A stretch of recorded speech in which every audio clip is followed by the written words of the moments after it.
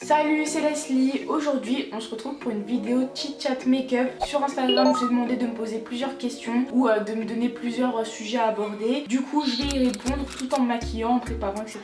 XOXO, my love is very special. If you want it, you can have it. Alors pour commencer, vous étiez pas mal à me poser des questions au sujet de ma coiffure, qui me l'avait faite, combien de paquets de mèches j'avais utilisé, quelles étaient les mèches, etc. Donc faut savoir que la coiffure là que j'ai sur la tête, c'est en collaboration avec l'application Napimi. Donc pour ceux qui connaissent pas, Napimi en fait c'est une plateforme qui va vous permettre d'être en relation avec des coiffeuses, donc des braids, fausses locks, même il y a des soins naturels pour les cheveux, bref, il y a plein de choses différentes. Alors ensuite la coiffeuse elle vient tout simplement chez vous pour vous coiffer, donc la coiffure que vous voulez. Le mieux je pense que c'est quand même de lui montrer un modèle pour qu'elle puisse voir exactement la coiffure que vous souhaitez. Dès le départ on vous dit le prix que ça va coûter, donc le prix il est fixe, genre c'est pas à la fin vous avez une surprise, on vous dit le prix que ça va coûter, non pas du tout. Et là pour le coup c'est des coiffeuses qui suivent des formations, donc pour le coup ça vraiment ce qu'elles font. Et là au moins t'as pas de mauvaise surprise. Et donc du coup on peut choisir la coiffeuse qu'on veut et du coup on se sert en fait des avis que les précédentes clientes ont mis sur le site et ensuite ça nous permet de pouvoir choisir la coiffeuse qu'on préfère. Donc moi personnellement c'est Kate qui m'a coiffée et franchement je trouve qu'elle a super bien fait, en plus elle était super gentille. Je fais de l'aquagym 2 fois par semaine. Là depuis que je suis coiffée j'y suis déjà les 2 fois. Donc voilà, c'est pour ça que la coiffure elle s'abîme quand même assez rapidement. Après moi en vrai ça me dérange pas tant que ça parce que c'est rare que je garde mes coiffures plus de 2 semaines, donc en vrai c'est pas très dérangeant pour moi. Si ça vous intéresse, toutes les informations seront en barre d'infos. Hey yo. Je peux pas prétendre dire comment est-ce que les gens devraient éduquer leurs enfants, enfin de toute façon c'est pas mon métier. Mais si ça devrait concerner juste moi, mon avis personnel sur le sujet, en tout cas moi je pense pas que je ferai ça un jour. Après je dis ça se trouve je vais le faire, mais en tout cas moi je pense pas. Moi je part du principe que c'est une mauvaise idée pour 2 raisons. Il a absolument rien demandé, donc si ça se trouve lui il a pas envie, enfin on va savoir vu qu'au départ il est jeune donc il en a pas conscience, c'est pas vraiment ce que c'est. Alors que vraiment quand tu vois le témoignage entre guillemets de certaines stars, surtout celles qui ont été exposées hyper jeunes, tu vois que finalement elles regrettent l'anonymat, elles auraient préféré rester dans l'anonymat et c'est pas forcément le type de vie finalement qu'elles auraient choisi. Je trouve que exposer son enfant c'est ne pas prendre en compte son avis vu qu'il a pas conscience de ce qui se passe. Donc c'est pour ça que je trouve que c'est pas forcément une bonne idée. Et la deuxième raison c'est surtout aussi qu'il y a plein de malades sur internet tout simplement, vraiment les bails de pédophilie et de ça on sait jamais. Et donc du coup forcément exposer son enfant sur internet c'est aussi prendre un risque par rapport à ça je pense. Après voilà, moi je suis des mamans qui exposent leur enfant et tout. Voilà, je regarde quand même parce que c'est mignon, parce que voilà c'est attendrissant et tout. Mais c'est vrai que moi-même en tout cas ça m'étonnerait que je le fasse. Hey yo. Je le redis pour la je sais pas combienième fois, je fais donc du coup des études en communication, donc spécialisée dans la création digitale. Et en gros, qu'est-ce que je compte faire après mes études? Je pense que je vais continuer YouTube un temps, donc c'est-à-dire comme mon métier, tu vois, vraiment être youtubeuse à temps plein, YouTube, Insta et tout ça à temps plein pendant une période. Et je pense que après, parce que à mon avis je serai pas non plus youtubeuse toute ma vie, c'est pas quelque chose à mon avis qu'on peut faire toute sa vie. En vrai on sait pas, c'est un nouveau métier donc voilà, mais bon ça m'étonnerait. Et même je me dis peut-être que un jour j'aurai tout simplement envie d'autre chose, c'est aussi fort probable. Le jour où j'aurai envie d'arrêter parce que c'est plus ce qui me plaît ou voilà parce que ça m'intéresse plus, je pense que je sais pas.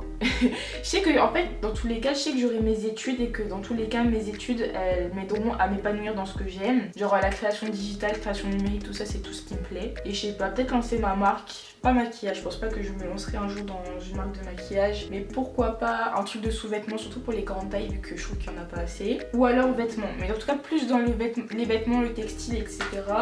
que dans le maquillage. Hey yo. En vrai de vrai moi je trouve qu'il n'y en a pas tant que ça.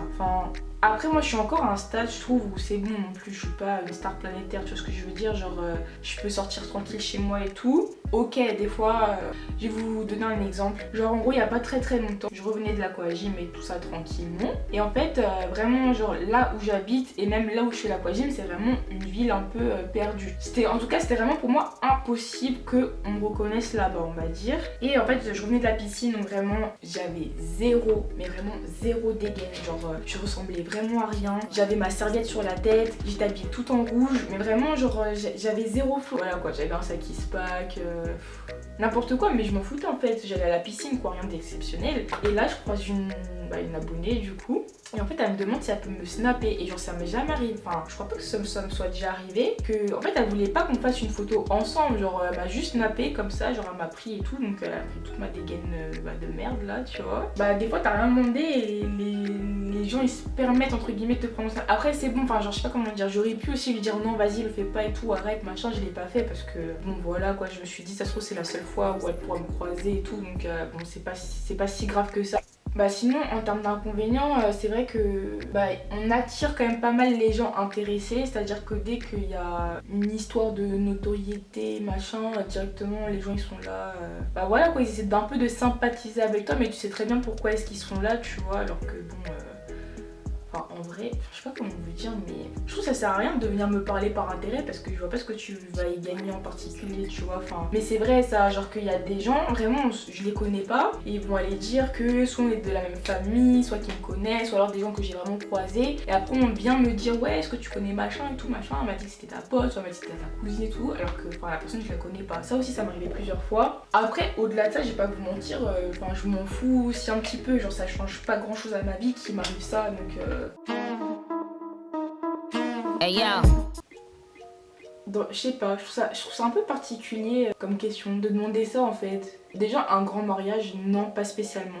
En vrai de vrai, à la base, on va dire que me marier c'est pas genre mon objectif dans la vie, tu vois. Je sais pas, par exemple si demain je suis en couple et que c'est grave sérieux et tout, si le gars il me demande pas en mariage, ça va pas me frustrer en fait. Après c'est vraiment un avis personnel, je sais qu'il y a des gens, je vais dire ça, ils vont dire mais t'es sérieuse, nan, le mariage c'est la base et tout, nan. Parce que voilà, des fois ça peut être vis-à-vis de son éducation qu'on pense comme ça, ou alors de sa religion, et je le comprends tout à fait. Mais honnêtement moi pour ma part le mariage c'est pas du tout un objectif ni une priorité dans ma vie. Et si ça arrive ok tant mieux, mais genre si ça arrive pas, c'est pas ça non plus qui va m'empêcher de vivre, de respirer, d'être bien dans mon couple. Dites-moi vous en commentaire si le mariage c'est vraiment quelque chose que vous attendez, qui est vraiment primordial pour vous et tout.